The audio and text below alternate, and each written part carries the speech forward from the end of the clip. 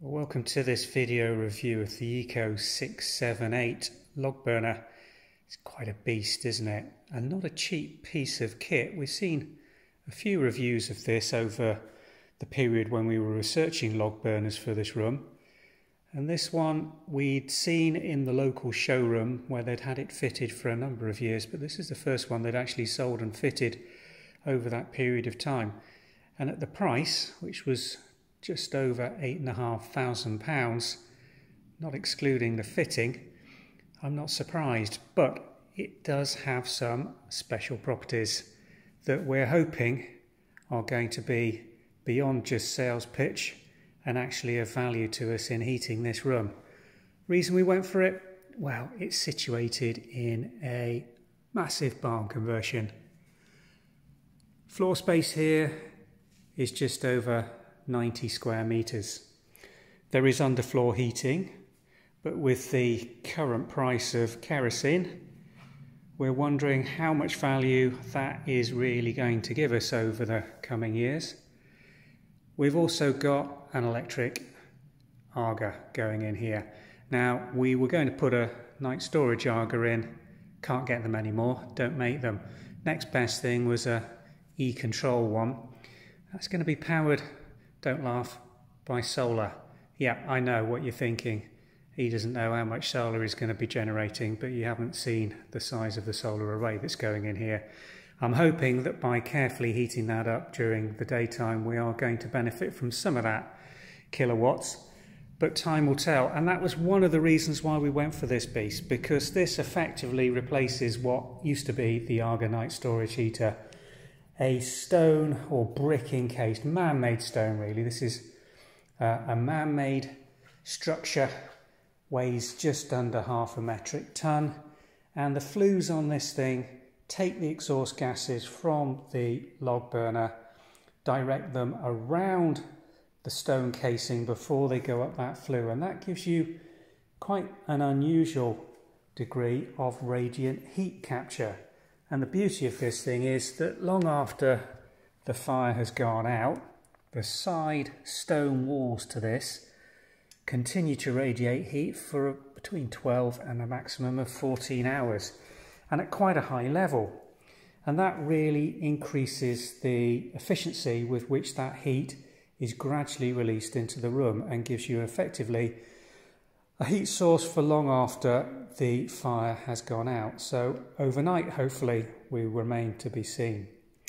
One of the big attractions of this thing was the simplicity of it. I know the flue system is the magic and the complex thing in here, but the firebox is a lovely tall unit, allowing you to put logs up to 30 centimetres in length in here.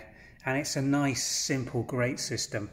This is the remnants of the fire, the second fire. You have to cure these units. So what we've done yesterday is have a small fire in here following the instructions just to heat the case up to 50 degrees centigrade. And today we had a secondary burn this morning, which just took it up to 100.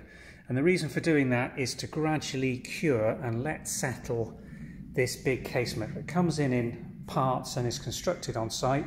You don't want to overheat it too quickly. Poodle's still enjoying the remnants of the heat radiating from here.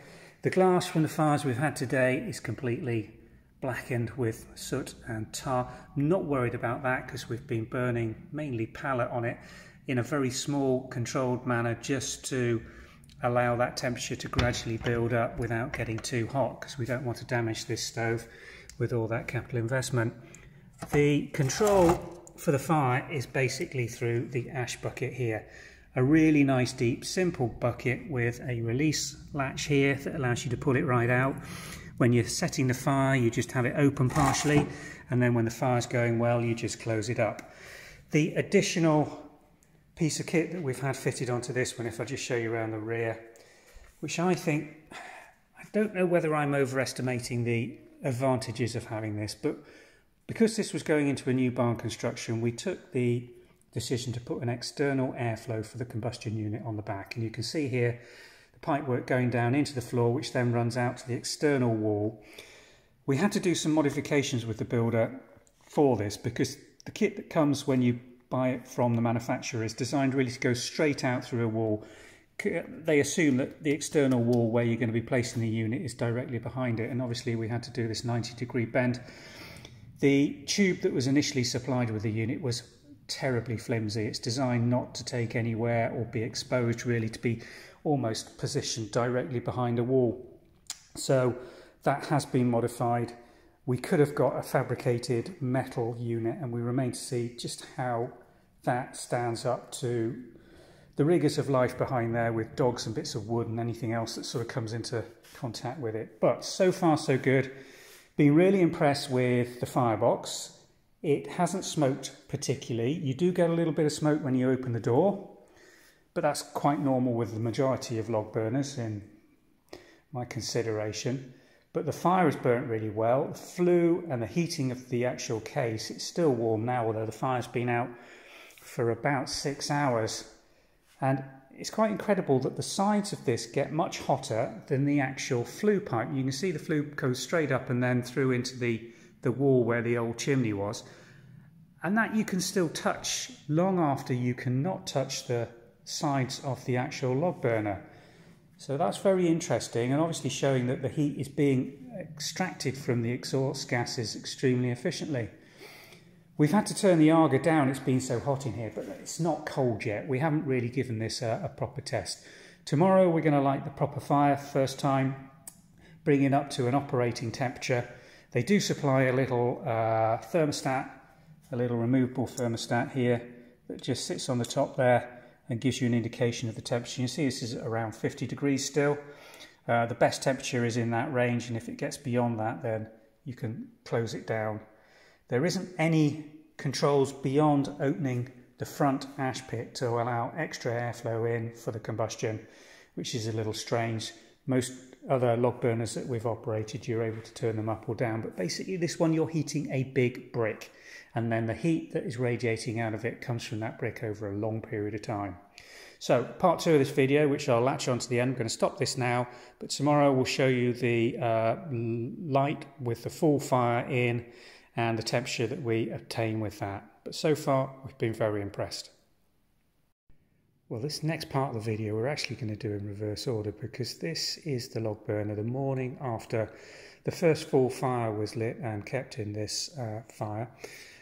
We've been burning a mixture of pallet, oak, there's some poplar in there, and there's a bit of pine. So you see the size of logs we've been putting on here are quite substantial, and one thing that we really do appreciate about this beast is the size of the burner basket or log basket.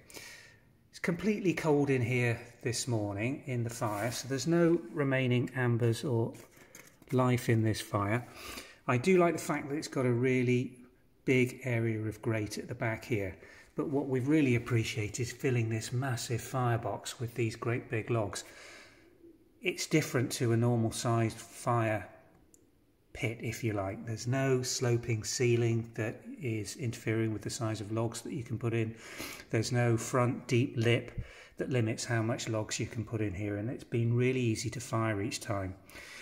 Little disappointing is the amount of black soot deposit on the glass at the front. Even when the fire was really going well with the fire ashtray open at the front, it didn't clear or burn this off. So we will remain to see how big an issue that is, but that's going to have to be cleaned before we relight this fire this morning. But what is beautiful about this is it's still warm this morning. You can see by the thermometer on there, it's just below the 50-degree mark on the temperature, and to touch, it's lovely.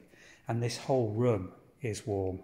The flue at the top, cold to the touch. Still a little bit, it's not cold, but certainly not enough heat in this to keep the ECCO fan going.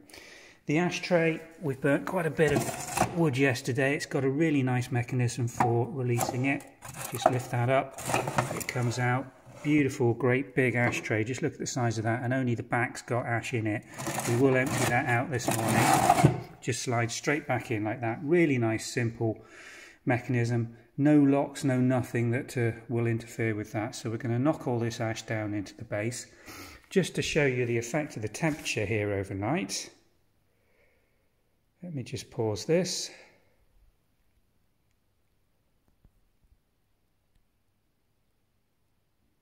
No, I'm not able to pause this video, so I'm just going to walk around and show you. These are the underfloor thermostats. And in this room where we've had no underfloor heating on overnight, but you can see temperature in this room just behind the log burner, 22.1. And over here, this area of the barn, again the floor temperature, 22.1. Just as an experiment last night, we kept this door open for most of the day, but then in the evening when we went to bed, we closed it. This is the new shower room or bathroom, and with the door closed, 19.5 degrees. Now this isn't measuring the air temperature, it's measuring on a thermostat somewhere buried under here, which is the control units for the underfloor heating, which hasn't been on. But the difference in just keeping this door shut overnight is a drop from 22.1, and the air temperature in this room this morning is absolutely lovely. It's warm in here. I know we've got the Argon, that's just on tick over though. It's not on full because it's not been fully commissioned yet. We've got that just on the Eco setting, so only a couple of the ovens are working and one of the hobs. And that's giving out some heat, I accept that, but there's no underfloor heating, and everything else in this barn this morning has been the radiated heat coming out of this storage heater of the log burner. So in the final part of this video, we're actually going to show you the fire lit and the log burner working. But so far, we're very impressed with the overall efficiency and the amount of heat that this leaches out beautifully overnight after the fire's gone out.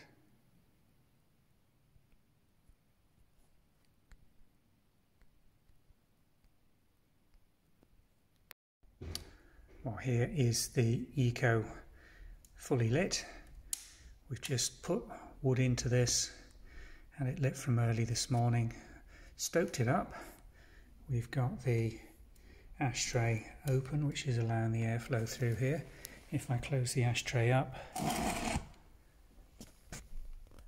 the idea is to get the fire well established, and then that should burn those large pieces of wood probably over the next 2.5 hours before it will need refueling again. It's currently been running about half an hour, and the temperature still is way below the best, which is just below 200 degrees centigrade. Not hot enough on this outer skin to make that fan go yet, but it's very nice and toasty to the touch, starting to warm up nicely somewhere between 50 and 100 degrees. See, I've cleaned the glass on the front. It's easy to clean on the top 2/3, but this band across the bottom is really adherent tar, and I'm not sure whether that's down to the fire being too far back in the firebox or insufficient fire in the firebox to burn it off, but time will tell.